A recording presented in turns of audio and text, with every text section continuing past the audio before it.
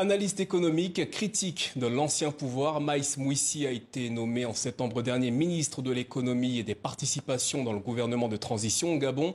Comment compte-t-il agir pour redresser l'économie du pays? Nous lui posons la question ce soir. Maïs Mouissi, bonsoir et merci d'être avec nous. Bonsoir monsieur. Pour quelles raisons avez-vous accepté de rejoindre le pouvoir issu du coup d'État? Pour des raisons relativement simples. Notre pays a organisé 6 élections depuis 1993. 6 élections présidentielles. Toutes ces élections ont connu des morts et des blessés, sauf une. C'est celle qui a eu une intervention militaire. Et en l'occurrence, on a eu une élection qui ne s'est pas très bien passée. C'est l'élection au cours de laquelle Ali Bongo a été déclaré vainqueur. Les résultats étaient manifestement frauduleux. Une répression sanglante était à venir et les militaires ont décidé de s'interposer. J'ai estimé que l'interposition des militaires a ouvert une fenêtre d'opportunité pour notre pays et qu'il fallait la saisir pour pouvoir insuffler un vent nouveau et permettre au Gabon de connaître d'autres opportunités. Et c'est pour ça que nous sommes là et c'est à ce à quoi nous sommes engagés.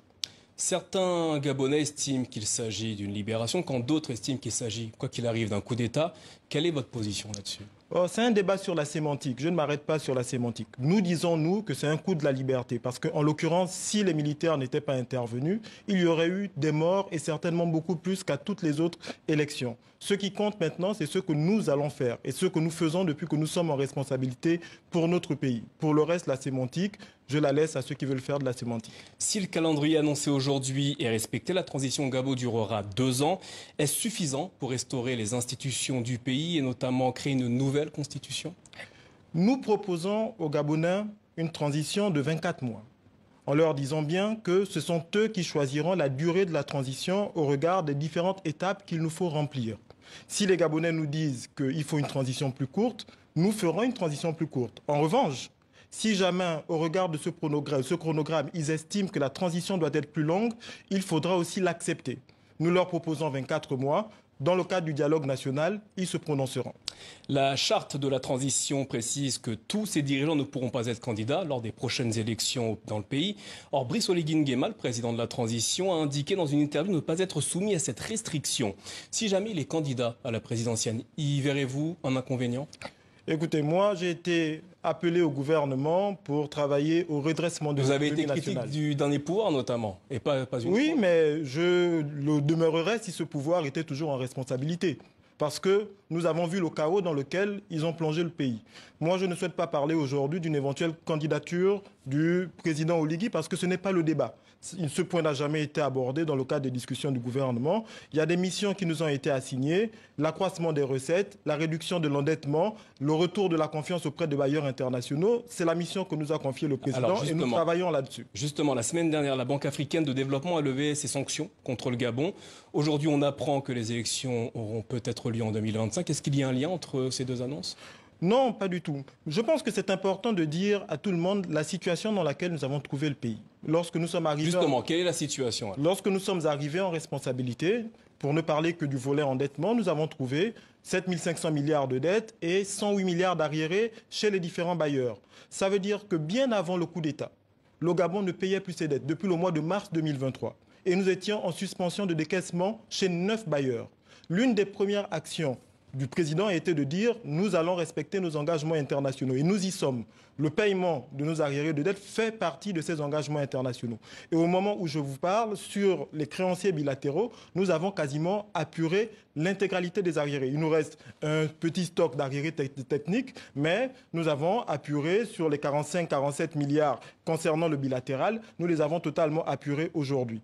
Ensuite, il y a une volonté de rétablir la confiance vis-à-vis des différents partenaires. Nous avons discuté avec la BAD et nous sommes arrivés en réglant les arriérés de la BAD, en donnant un certain nombre de garanties à cette suspension et même en réalité à cette fin des sanctions de la Banque africaine. Et nous allons poursuivre le mouvement avec la Banque mondiale, avec le FMI, avec l'ensemble des partenaires du Gabon. Maïs Mouissi, quelle est précisément votre feuille de route? La feuille de route, elle est relativement simple. Premièrement, nous voulons respecter nos engagements internationaux et nous y travaillons. Nous nous employons, nous commençons à avoir les premiers résultats. Deuxièmement, il y a une volonté d'apaiser le front social qui était assez chaud au moment où nous sommes arrivés aux responsabilités. Je suis arrivé dans le département, il y avait 2 mois d'arriérés de primes, par exemple, au niveau des régies financières. Aujourd'hui, avec l'implication de l'ensemble du gouvernement, avec l'action du président, bien entendu, nous avons réglé ces arriérés de primes et nous repartons sur de bonnes bases. Il y a une volonté d'accroître les recettes. Et là aussi, nous avons des résultats.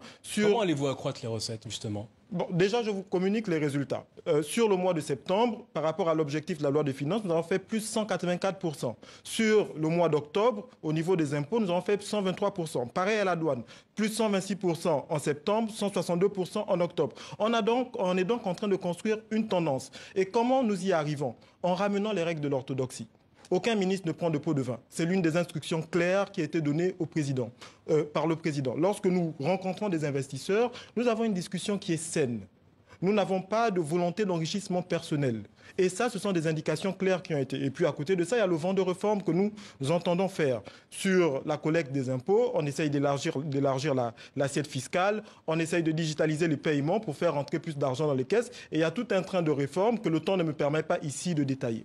Le 13 septembre dernier, une task force chargée de traquer les fraudes, notamment dans les marchés publics, a été mise sur pied de la part du président de la transition. Où en est-elle actuellement ?